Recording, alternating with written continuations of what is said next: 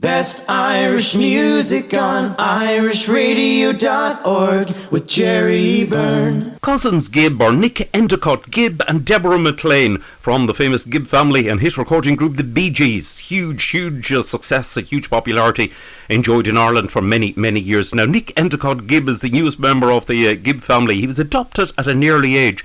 But in 2019, following a 10-year search to find his biological parents, Nick traced his birth mother and discovered that BG Maurice Gibb was actually his father. I'm joined by Nick online. Nick, listen, lovely to talk to you. Hi Jerry, how are you? Not bad at all. Nick, tell me this: why did you set out on this trip? What to find your birth parents? What was the process? Or was it curiosity, or wanting to find your roots? Well, it's a lot of things, really. As you say, I was adopted at a young age, 18 months old, to a lovely family in Sussex.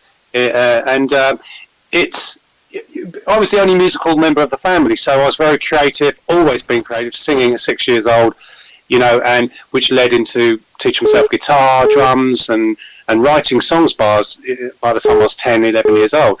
So this huge creative passion that I always had, I wanted to know where that came from, and through my life was, I always knew I was adopted. That was never a secret. My parents were lovely with that, and they were very supportive if I needed to find any answers to questions.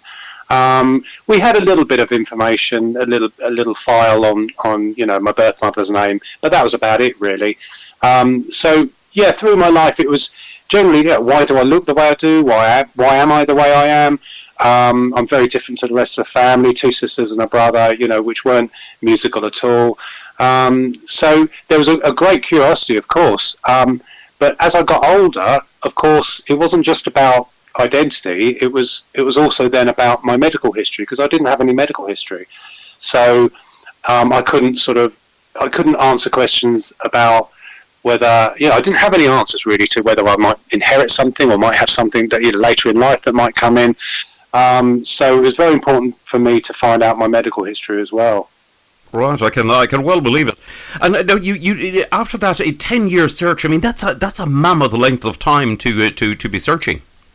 Well, it's actually been something I've been wanting to do all my life. But then when the internet came along, it was a lot easier to think about, to approach it, because it was always lots of forms to send it. To fill in, to send off, getting other forms back. It was a long process before the internet. So when the internet came along, I immediately thought, well, this might be an easy way of trying to get some answers. So initially it was about probably, when I was about 36 or so, maybe a little bit younger than that I put out a message on this website.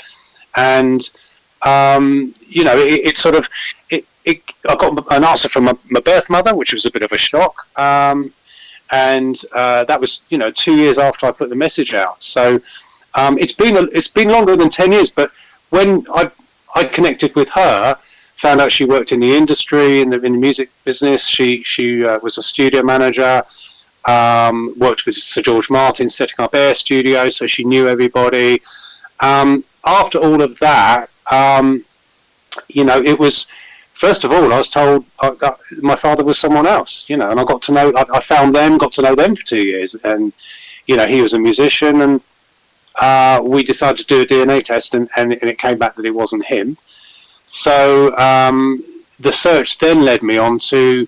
I met with my auntie, her sister, my birth mother's sister, up in Scotland, and it was only then that when I said, look, we've done a test and it's not, he's not the father, that she said, well, look, I know who it is, because, in her life at the time, there was only a couple of people. She had a couple of relationships, and the other one around the time I was conceived was Maurice Gibb. So, and that was about 12 years ago, so, it's been then a research to find out answers about whether it was true, Right. You've always had a passion for music over the years. You've written your own songs, produced and recorded other artists as well. You're also a proficient sound engineer, I believe, working with many of the UK's top festivals and events. As a musician, you've performed with and supported many top UK artists, including Dodgy, Chris Difford and his band, The Speak. Doing all of that, I mean, it must have come as a major shock to you when you found out that your father was actually Maurice Gibb. Well, it's funny because when I got told that the other guy was my father, who was a musician, I thought, okay, it makes sort of sense to me that he would be a musician because of my musical, a passion that I've always had. But it still didn't actually feel like it was strange. It didn't feel like the connection I thought it would be. I didn't feel like I'd found, a relative in Australia. I didn't sort of feel that I was connected in the way that I should have been with him. It didn't sort of feel that way. And then when I found out that it was Maurice, I mean, it was quite a shock to hear that that my real father was someone that had been so successful and all that side of things. But it made sense to me as well, though, that how creative I am and the kind of interests I have, the way I am as a person, and how I approach music and the interest in music, like the studio side of music, has always been there, and production. And that's what Maurice was heavily involved with, was production and studio side of the Bee Gees sound. A lot of it came from Maurice, and it made sense to me that it felt right that it was actually that my real father was that kind of musician. Indeed. So, and it's regrettably a shame you weren't actually able to meet up because, as you know, he died at a very young age. I mean, back in 2003, at the age of only 53. Yeah. It was, I didn't find my birth mother till the end of 2003, unfortunately. So, he died earlier in the year. So, it'd have been lovely to been able to meet him and to talk and get to know each other and that sort of thing. Of course, it'd have been great. But unfortunately, it was a very early age, and now I'm that age now. So Indeed. Certainly, thoughts which hit you. Have you made contact, or have you ever met up with any of the other members of the Gibb family? Well, I initially wrote letters through the research because this research, which it's taken me over 10 years now, it concluded a couple of years ago with a positive DNA test with Maurice's son, Adam. So I've only had a couple of years or so of that, that final, it's the cherry on the top, really, of the whole search.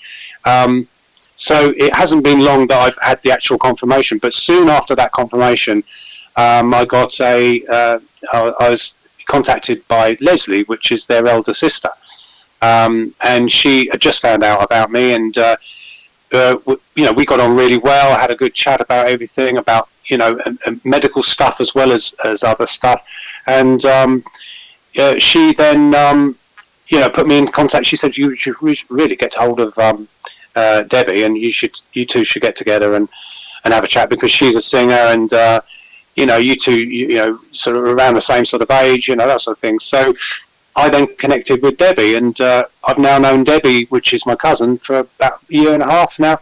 But other members of the family I haven't heard from at all yet, but I hope to at some point.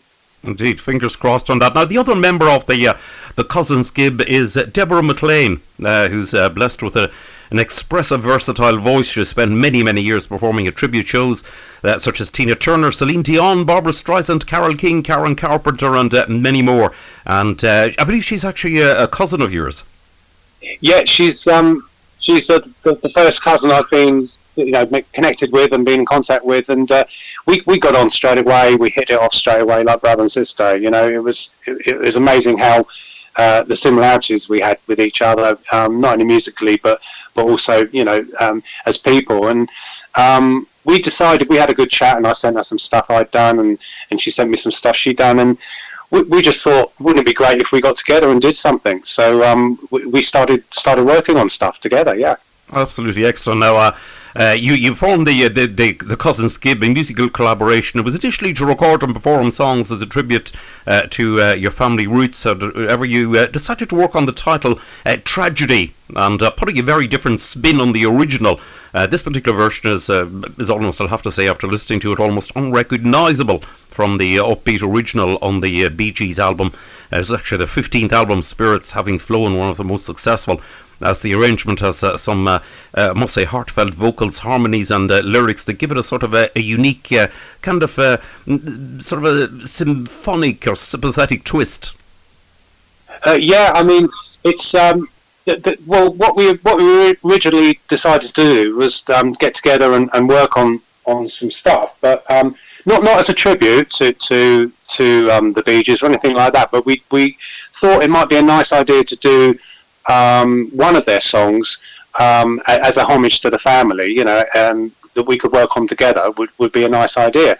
So one of the songs that I was never really into the Bee Gees when I was younger, but I do remember particularly Tragedy. I always loved the way it sounded, and also the lyrics of the song, you know, such beautiful lyrics. It was one of the songs I thought maybe if we approached that and brought the lyrics out, you know, and made them more poignant and you know, did a completely different version of the song to bring those lyrics out would be a nice idea. So I decided that I'd try slowing it down, making it more of a you know, more emotive, more of a ballad, and just see what happens really.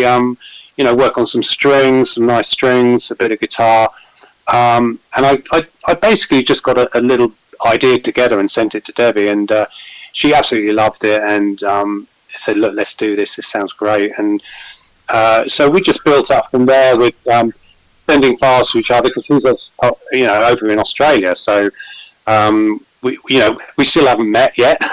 But you know, thanks to technology, we can sort of work remotely with sending files to each other and that sort of thing. So we just built it up. She sent some vocals back, and then I carried on working in my studio here. And then sort of built up this very, very heartfelt version, which we're really pleased with, you know. Yeah, indeed, so you should be. Now, you're actually working on a full-length album of original material, which is scheduled for release later this year. Now, Cousins Gibb have a wonderful understanding, must say, of the Bee Gees song Tragedy, and the voices, I must say, Nick blend in to create a magical fusion of harmonies. Now, full details you can find if you go on Facebook, look up Cousins Gibb Official, and you can take a look and check out online for Cousins Gibb. Nick, listen, your story is absolutely fascinating. I wish yourself and Debbie all the very best with the release of Tragedy, and also the new album. And listen, wishing you all the very, very best for the future. So thank you very much, Jerry. Thanks for having me on. It's been great chatting to you, and I'll keep you posted with things we're doing throughout the year.